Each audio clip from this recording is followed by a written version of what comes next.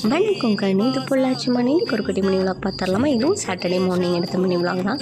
காலைல கிளம்பி கோயிலுக்கு வந்த அடுத்த நிமிஷமே வந்து சாமி சிலைங்களுக்கெல்லாம் வந்து திருமஞ்சனம் இந்த மாதிரி அபிஷேக பொருட்கள்னால அபிஷேகம் எல்லாமே வந்து நடந்துக்கிட்டு இருந்துச்சு.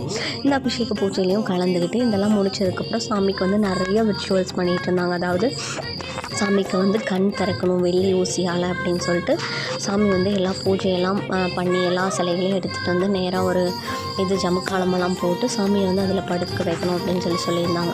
அதனால் சாமிக்கெல்லாம் வந்து எல்லா சாமியும் லைனாக எடுத்துகிட்டு வந்து வச்சதுக்கப்புறம் தான் வந்து சாமிக்கெல்லாம் இது பண்ணிவிட்டு அந்த சாமிக்கு வந்து கண் திறக்கிறப்ப வந்து நம்ம யாரும் பார்க்கக்கூடாது அப்படிங்கிற மாதிரி சொல்லியிருந்தாங்கன்ட்டு சரி அப்படின்னு சொல்லிட்டு எல்லா சாமியும் எடுத்துகிட்டு வந்து வச்சதுக்கப்புறம் அந்த சாமிக்கு வந்து ஃபஸ்ட்டு கண் திறந்து வெள்ளி ஊசியால் கண் திறந்ததுக்கப்புறம் தான் எல்லா சாமிகளையும் வந்து நேராக அப்படியே படுக்க வச்சாங்க. இதுக்கப்புறம் தான் வந்து நம்ம முளைப்பாரி எடுக்கிறது, தீர்த்தம் எடுக்கிறது எல்லா ஃபங்க்ஷன்ஸும் இருக்குது. ஸோ வந்து வெயிட் பண்ணி தான் பார்க்கணும். அதாவது காலையில் போயிட்டு மதியம் வந்துடலாம்னு நினச்சோம். ஆனால் காலைல போயிட்டு நைட்டு தான் வந்தோம். பட் செம்ம என்ஜாய்மெண்ட்டு. காலைல போயிட்டு இது பண்ணிவிட்டு முளைப்பாரி இதெல்லாமே வந்து கோயிலேருந்து இன்னொரு கோயிலேருந்து பிள்ளையார் கோயிலேருந்து எடுத்துகிட்டு வந்து நம்ம கோயிலுக்கு வந்து வச்சுருந்தோம்.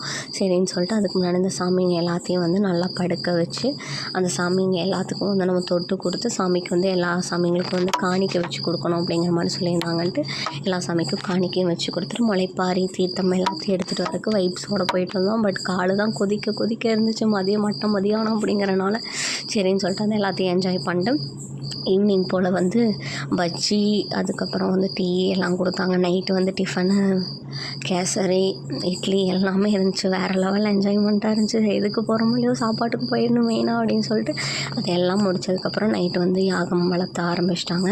விடிய காலையில் தான் இனி அடுத்த நாள் வரணும் அப்படிங்கிறனால சரி நம்ம இந்த யாகத்தை மட்டும் பார்த்துட்டு போயிடலாம் அப்படின்னு சொல்லிட்டு ஒரு 1 hour டைம் ஸ்பெண்ட் பண்ணி இதையும் மட்டும் நம்ம பார்த்துட்டு வந்தாச்சு. நெக்ஸ்ட்டு மினி விலாகில் பார்க்கலாம். பாய் பாய்.